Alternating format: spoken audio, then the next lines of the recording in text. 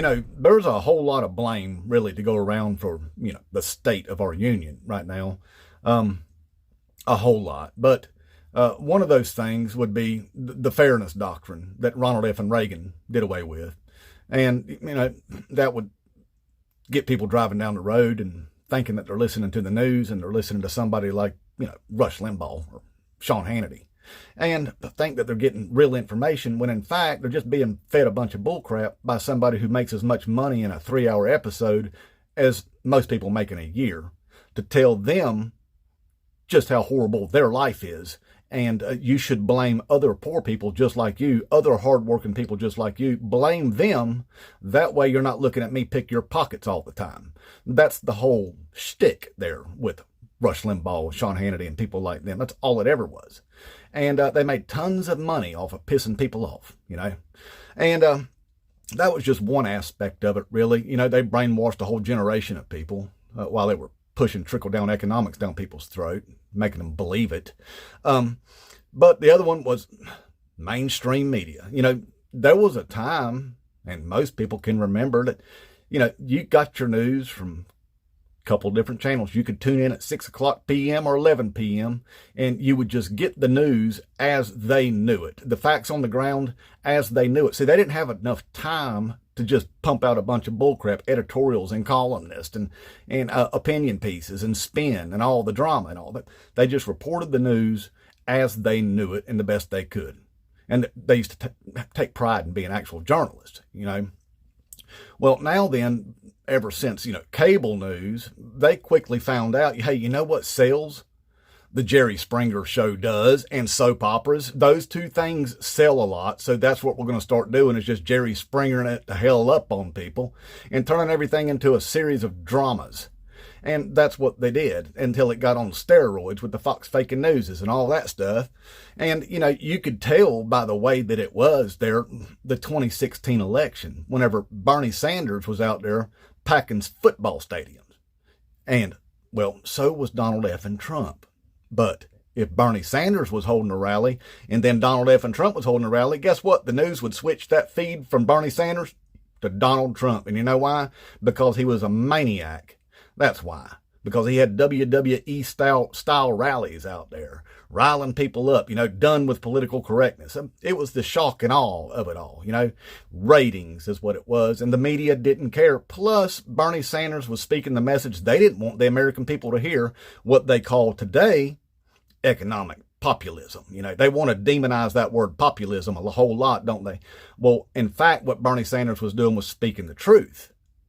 The reason why we have so much wealth inequality in this country is because we've been doing trickle-down economics for 40 effing years, and they ain't done nothing but just take from the middle class and give it to themselves, including the corporate-owned media. So that's why we wound up where we're at, plus the DNC doing what they did, They did it again in 2020, all of a sudden, Bernie Sanders wins Iowa and New Hampshire. What have you heard your whole life? You win Iowa and New Hampshire, man. That's the whole basket right there. You got it all. Ain't no coming back from that, but not this time. No, they said, well, he may have won Iowa and New Hampshire, but whenever Joe Biden gets in the race and he wins South Carolina because of the black vote, he's just going to take it by storm and Bernie Sanders don't stand a chance. And somehow they were right. Again. But anyway, as I was saying to begin with, if the media actually reported on the news the way they used to, this country would probably be a whole lot smarter right now. Again, because they didn't have time for spin and opinion pieces and stuff like that.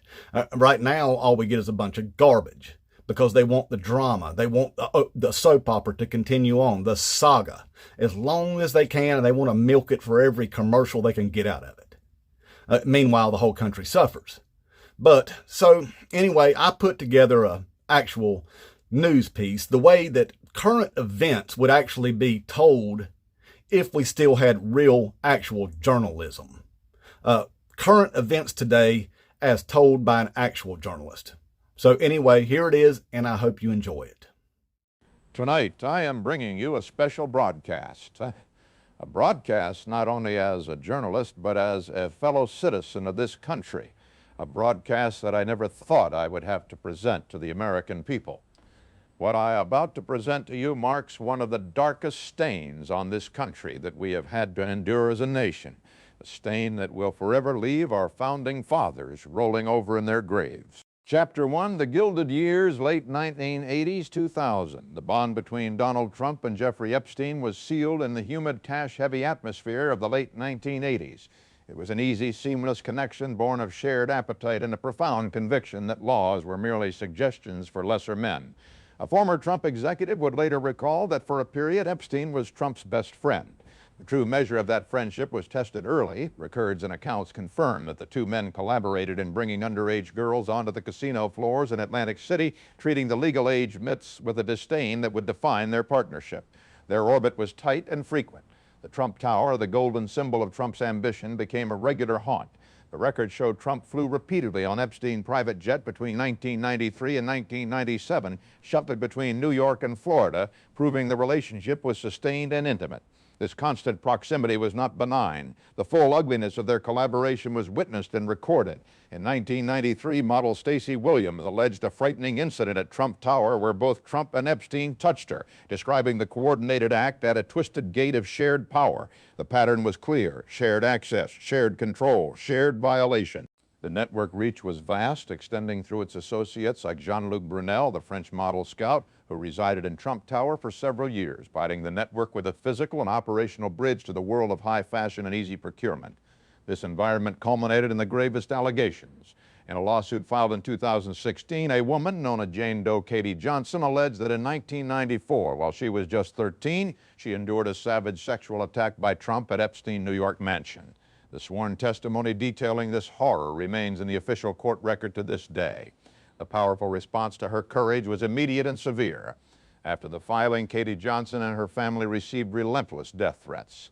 The case was dropped, and in the chilling days that followed, her house mysteriously burned down, and she has not been heard from since. The cost of telling the truth was owed erasure. The cycle of exploitation, however, continued. In 2000, Virginia Roberts Giuffre was recruited by Ghislaine Maxwell at the Mar-a-Lago Club. This victim, lured directly from Trump's property, would become the central figure in the long shadow of the nexus. Chapter 2, The Unbroken Chain. 2004-2017. The official narrative of the severed relationship around 2004 was a necessary fiction. Donald Trump publicly claimed to have had a falling out over Epstein being a creep who stole employees like Virginia Giuffre from Mar-a-Lago. The subsequent evidence reveals the bond was not broken. It was merely concealed, reserved for matters of high political consequence. The first piece of undeniable proof arrived in a 2011 email from Epstein to Maxwell. Speaking of Trump, Epstein employed the quiet, authoritative term of a man holding immense leverage. He was that dog that hasn't barked. Epstein then provided the reason for Trump's silence of the victim. Virginia Giuffre spent hours at my house with him, and the story had never been mentioned. The full integration of Epstein into the political infrastructure began in 2016. At the height of the presidential transition, while the nation's attention was fixed on the shifting power within Trump Tower, Epstein was asked for his location. His reply was direct: Trump Tower.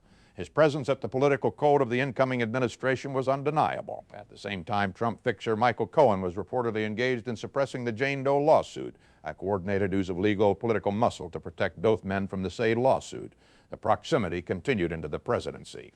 In 2017, an email exchange regarding the Thanksgiving holiday show Epstein claiming he was at Mar-a-Lago with Donald Trump. This assertion, placing a convicted sex offender alongside the sitting president, directly demolishes the myth of the 2004 separation. Chapter 3, Political Strategy and Leverage, 2018-2019. By 2018, the relationship between Jeffrey Epstein and Trump orbit became pure, unadulterated political strategy. Text messages reveal Steve Bannon, the president's chief strategist, sought Epstein's guidance, transforming Epstein into a dark political ghostwriter.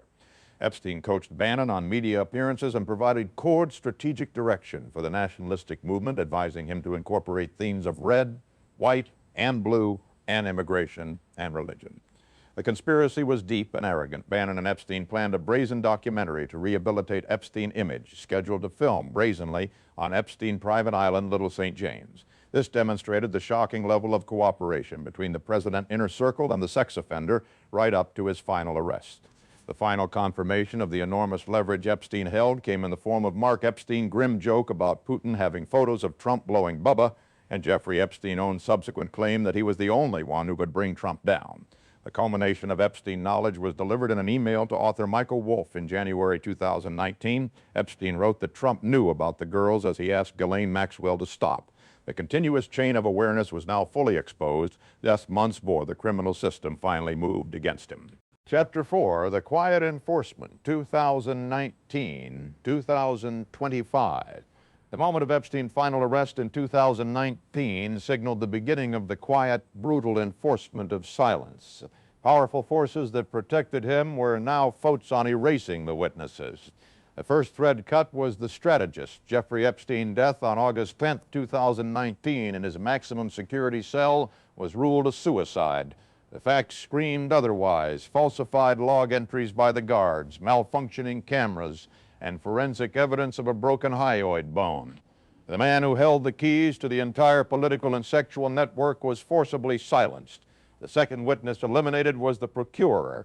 Jean-Luc Brunel, the man who connected the 1990s network to Trump Tower, was arrested and charged with human trafficking, rape of minors, and possession of child pornography. His testimony was catastrophic. In February 2022, while awaiting trial, Brunel was found dead in his Paris jail cell, ruled a suicide, completing the mirror image of Epstein's demise. The final irreplaceable voice to fall silent was Virginia Giuffre. The star witness, the victim recruited from Mar-a-Lago, died in April 2025. Her passing, following immense public battles and a period of intense personal trauma, eliminated the sin most recognized source who could testify to the origins of the abuse at Trump's club and the damning claim that Trump had spent hours with her at Epstein House. Three critical figures, three suspicious silences. The chain of evidence is undeniable, but the chain of testimony has been meticulously erased. The horror that began in the gilded playgrounds of the 1980s now stands protected by a silence enforced from the highest echelons of power. Now, with only the 20,000 emails from the Jeffrey Epstein estate, 20,000 emails in which Donald Trump's name appears nearly 2,000 times, and Trump spending years pitting his cult following against the entire other half of the country. A large swath of people who have built their entire identity around the idea of bringing down a worldwide cabal of blood-drinking pedophile, with Donald Trump being the man chosen by God to save the children and expose the evil Satan-worshiping left and Hollywood elite as the world's largest child trafficking ring. He himself is now being exposed as the very same monster that they created in their minds, and now his past is coming to pay him a visit. With a treasure trove of more evidence to come, including photos and videos, we are now only seeing the tip of the iceberg. So, as I sign off tonight, I want to leave you with two words, just two words, that in hindsight should have been used many years ago. Those two words: inmate Trump.